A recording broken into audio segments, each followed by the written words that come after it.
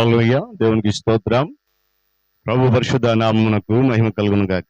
క్రీస్తునందు ప్రియులారా, దేవుడు తన మహాకృపను బట్టి మరొక నూతన ఉదయకాలం వారాంతపు దినమున ప్రాముఖ్యంగా నూతన మాసములోనికి మనందరం నడిపించిన విధానాన్ని బట్టి ప్రభు పరిశుద్ధ నామానికే మహిమ ఘనత ప్రభావం చెల్లును గాక. గడిచిన 5 మాసాలు దేవుడు తన బలమైన రెక్కల చేత మనందరిని దాచినందుకు కూడా కృతజ్ఞతలు చెల్లించవలసిన వారు ఉంటున్నాం.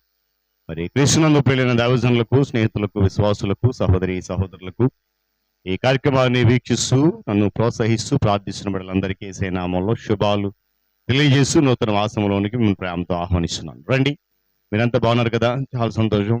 మీరంతా బాగున్నారు విని సంతోషిస్తూ ఆనందిస్తున్నాను, ప్రభుని కనపరుస్తున్నాను. రండి, ఈ దినం కూడా మేము ప్రేమతో నేను ఆహ్వానిస్తున్నాను. అనుదిన అభివృద్ధి ఉదయకాలపు ధ్యానాలు అనేటువంటి ఆధ్యాత్మిక కార్యక్రమంలో నాతో పాటు పాలుభాగస్లు కండి. వాక్యాన్ని ధ్యానించండి, దైవాశీర్వాదాలు పొందుకోండి. మీ దగ్గర బైబిల్స్ ఉన్నాయా?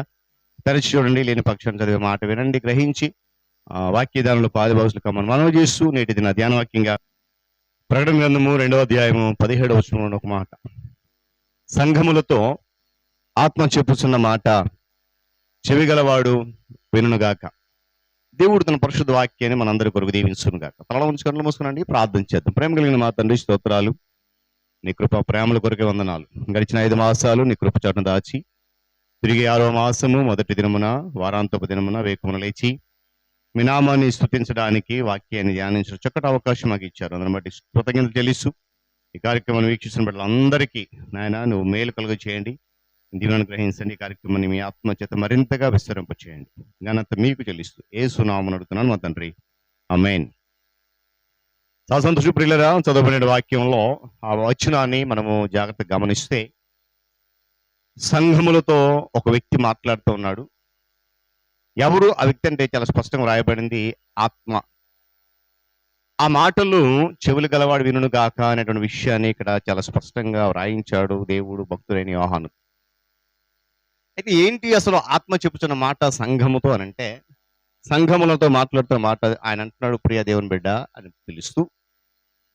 సాధారణంగా మానవుని యొక్క మనస్సు దేవుని యొక్క లోతైన విషయాలను అంత త్వరగా అర్థం చేసుకోలేదు.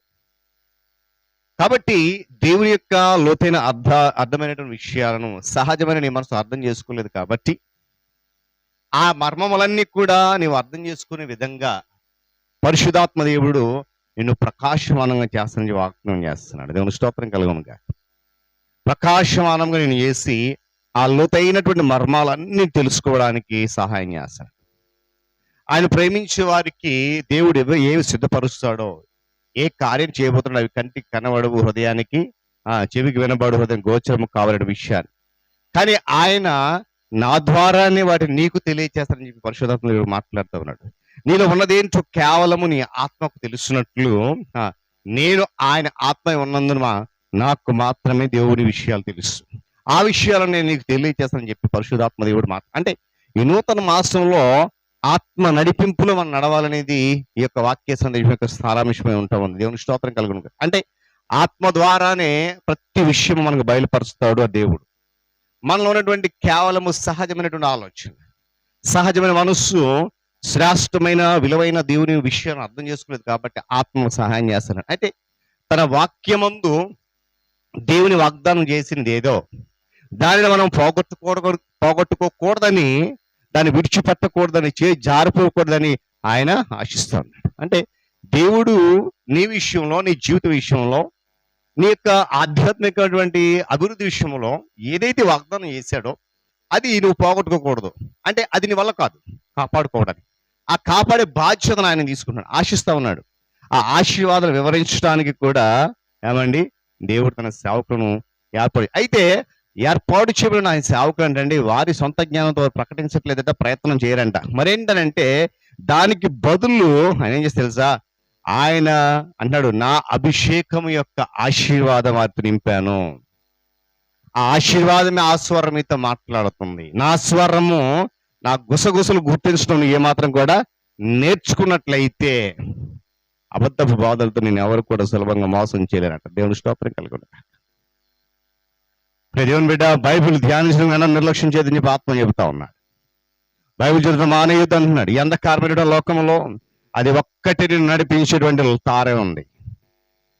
చీకటి లోకం ఇది, మీరు నడిపించాలంటే దీని ఒక వాక్యాన్ని చదువు అని చెప్పి ఆత్మ బోధిస్తా ఉన్నాడు. అన్యస్వరాలు చాలా ఉన్నాయి, రకరకాల అన్యస్వరాలు, దేవుని స్వరాలు కాదవి. వాటి వినడం ద్వారా మోసగించబడొద్దు అని చెప్పి పరిశుద్ధాత్మ దేవుడు చాలా స్పష్టంగా జ్ఞాపకం చేస్తాడు. ఆయన అంటాడు, నేను కూడా నా సొంత అధికారంతో మాట్లాడను. నా తండ్రి కుమారుడు ఏదైతే ఆజ్ఞాపిస్తారో, ఏదైతే రూపొందిస్తారో, ఏదైతే సంకల్పిస్తారో దానిని నేను మాట్లాడతాను. హల్లెలూయా. ఆ మాటలు మాత్రమే తీసుకుంటానని చెప్పి పరిశుద్ధాత్మ చాలా స్పష్టంగా చెప్తా ఉన్నాడు. నీ హృదయము, నీ మనస్సు, నీ ఆలోచన వాక్యముతో నింపబడకపోతే, ఆ నింపబడిన సమయంలో నీ క్లిష్ట పరిస్థితుల్లో నేను నీకు జ్ఞాపకం చేస్తానని చెప్పి పరిశుద్ధాత్మ దేవుడు వాగ్దానం చేస్తాను. అందుకన్నాడు, సంఘములతో ఆత్మ చెప్పుతున్నమాట, ఈ మాటలన్నీ కూడా ఎవరు వింటారంట? చెవులు గలవాడు వినును గాక. వినలేదన్నాడు, ఈ చెవులు ఏమో అర్థమే. ఏమండి అన్నాడు, నేను పావురముల సాధువైన వాడిని, చాలా సాధువును, నేను ఎవరిని బలవంతం చేయను. ఏమన్నాడండి? ఎవరిని బలవంతం చేయను. అయితే మనము ఆయనను ప్రేమతో ఆహ్వానించి అర్జిస్తే, ఏమండి, లేఖనం ధ్యానించడంలో, వాక్యం చదవటంలో ఏమండి ఆయన మనకు తోడ్పడాలి. అర్జించకపోతే తోడ్పడాడు, అడగకపోతే రాడు, సహాయం చేయడు. అర్జిస్తే తప్పకుండా సహాయం చేస్తాడు. అయితే మనం ఏం చేయాలి తెలుసా? ఆయనకు స్వేచ్ఛనివ్వాలి. కనుక ఆ ఆత్మ చెబుతున్న మాటలు వింటున్న మనము గనక ఆ చెవికి ఎక్కించుకుని ఆ ద్వారాల హృదయంలోనికి ఆహ్వానించగలిగినట్లయితే పరిశుద్ధాత్మ దేవుడు మనలను దేవుని కుమారుడైన రక్షకుడు యేసయ్య పోలికలోనికి మార్చడానికి కూడా సహాయము అనుగ్రహిస్తాడు. దేవుడు తన మాటలు మన కొరకు దీవించునుగా. తల కళ్ళు మూసుకునండి, ప్రార్థన చేసుకుందాం. ప్రేమ కలిగిన మా తండ్రి, కృపా సత్య సంపూర్ణుడా, సకల ఆశీర్వాదములకు కారణభూతుడా, మీ గణనామానికి స్తోత్రాలు, వందనాలు. తిరిగి మనకు నూతన ఉదయకాలపు వేళ వేకుని లేచి మీ నామాన్ని స్తుతించగలిగేటువంటి ఒక శ్రేష్టమైన అవకాశం మాకు ఇచ్చారు. అందుని బట్టి వందనాలు. ఆధ్యాత్మిక కార్యక్రమం ద్వారా అనేక మందిని బిడ్డలు నాయన పాలి భాగస్తులై స్తుతిస్తూ ఆరాధిస్తూ గణపరుస్తున్నారు, ఆత్మీయ మేలు పొందుకుంటున్నారు. అటు రీతిలో మీరు నడిపిస్తున్న వందనాలు. తిరిగి నూతన దినంలో మరలా నీ దీనదాసులు సేవకుల కొరకు ప్రార్థిస్తున్నాను. ప్రపంచ నలుమూలల భారముతో ప్రయాసని పని జరిగిస్తున్నట్టుగా నీ సన్నిధి కాపుదల కాంతి వార్త వంశమని వేడుకుంటున్నాను. నాయన వారి సంఘము, వారి పరిచర్య, వారి కుటుంబాన్ని మీ ఆత్మజత నింపి నడిపించి కృపలు వర్ధలింపచ్చని నీకు స్తోత్రాలు.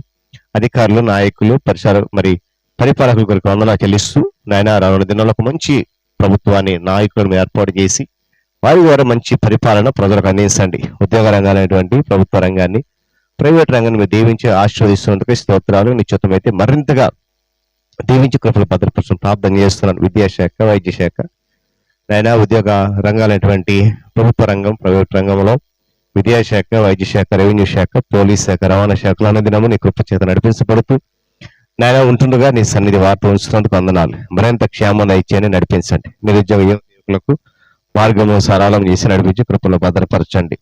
నాయన రైతులు, వ్యవసాయదారులు, వ్యాపారస్తులు జ్ఞాపకం చేసుకుని లాభసాటి కలిగి చేయండి. నష్టం అంతటిని దూరపరచండి. అదేవిధంగా నా తండ్రి మరి చిన్నబిడ్డలు, యవనస్తులు, వృద్ధాప్య వారికి ఆరోగ్యం, క్షేమము, నెమ్మదిగా ఇచ్చేయండి. క్షేమంగా ఇచ్చేయండి. అనారోగ్యంతో బాధపడిన బిడ్డలు అనేక మంది వేస్తున్నాము, వారికి స్వస్థత కావాలి, సహాయం గ్రహించండి. నాయన ఐదుగురు తొట్టెళ్ళిపోతే యవనస్తులు వాక్యం పట్టుకోండి. సత్యం అనుసరించక అసత్యం పడుతున్న అనేక మంది సత్యం మరియు గ్రహించే కృపద ఇచ్చేయండి. వివాహాల కొరకు, గర్భఫలం కొరకు బిడ్డలు ఎదురు చూస్తున్నారు, మార్గం సరళం చేయండి. గర్భం బిడ్డలకు సుఖమైన ప్రసవం, తల బిడ్డలకు క్షేమత ఇచ్చేయండి. నాయన విరిగిన, నలిగిన, వేసారైన, అలసిపోయిన, కృంగిపోయిన జీవితాలు కలిగి నెమ్మది లేక, సమాధానం లేక, సంతోషము లేక, నిరాశ నిస్పృహలతో కొట్టుమిట్టాడుతున్న అనేక మంది కొరకు ప్రార్థిస్తున్నాను. నాయన వారు మరి నెమ్మది లేక, సమాధానం లేక, సంతోషము లేక, మానసికంగా నలిగిపోయి, కృంగిపోయి, చితికిపోయిన జీవితాలు కలిగి నాయన మానసిక వేదన, అలజడి దుఃఖంలో ఉన్నారు, వారందరూ విడిపించండి. శ్రమలు, సమస్యలు, ఇబ్బందుల నుండి, కష్టాల నుండి, ఆర్థికంగా, మానసికంగా, శారీరక ఇబ్బందుల నుండి, కన్నీరు, దుఃఖం, వేదన నుండి యేసునామములో మరి విడుదల కలిగి చేయమని వేడుకుంటున్నాను. మరి ఏదైనా ప్రయాణం కొరకు వందనాలు చెల్లిస్తూ నాయన నీ దీనదాసులు ఎక్కడికి వెళ్ళిపోతున్నట్టు ప్రయాణం అంతా క్షేమం దయచేయండి. రైతులు, వ్యవసాయదారులు, వ్యాపారస్తులు ఆయనకుల పనిపాట్లకు, ఆయనకుల కూలి పనులకు, ఆయా శాఖలలో ఉద్యోగ బాధ్యతలు నిర్వర్తించడానికి, బంధువుల గృహాలు, స్నేహితుల గృహాలు, శుభకార్యాలు, రకరకాల విహారయాత్రలు, ఇంకా ప్రతి ప్రయాణంలో ప్రతి వాహనాన్ని మీ స్వాధీనం ఉంచుకుని కృపల భద్రపరచడం వేడుకుంటున్నాను. నాయన నూతనంగా జన్మదినం జరుపుకున్న బిడ్డలు ఇచ్చిన దయగ్రేడను దీవించి ఆస్వాదించండి, కృపలు భద్రపరచండి. వివాహ దినం జరుపుకున్న బిడ్డలు వరదాంపు జీవితంలో ఆశీర్వాదాలు కుమరించండి, మెండుగా దయచేయండి. అధిపతులను జ్ఞాపకం చేసుకున్నారన్న ఆదరణ ఆదరపు దయచేయండి. ఈ దినమంతా రేఖల జనం దాచి కృపలో భద్రపరిచి క్షేమం దయచేసి మహిమ కొనపండి. యేసునామమున ప్రార్థన అడుగుతున్నాను తండ్రి, ఆమేన్. త్రియేక దేవుని దీవెన, ఆయన సన్నిధి కాపుదల సదాకాలం మనందరికీ తోడైన నడిపించును గాక. ఆమేన్.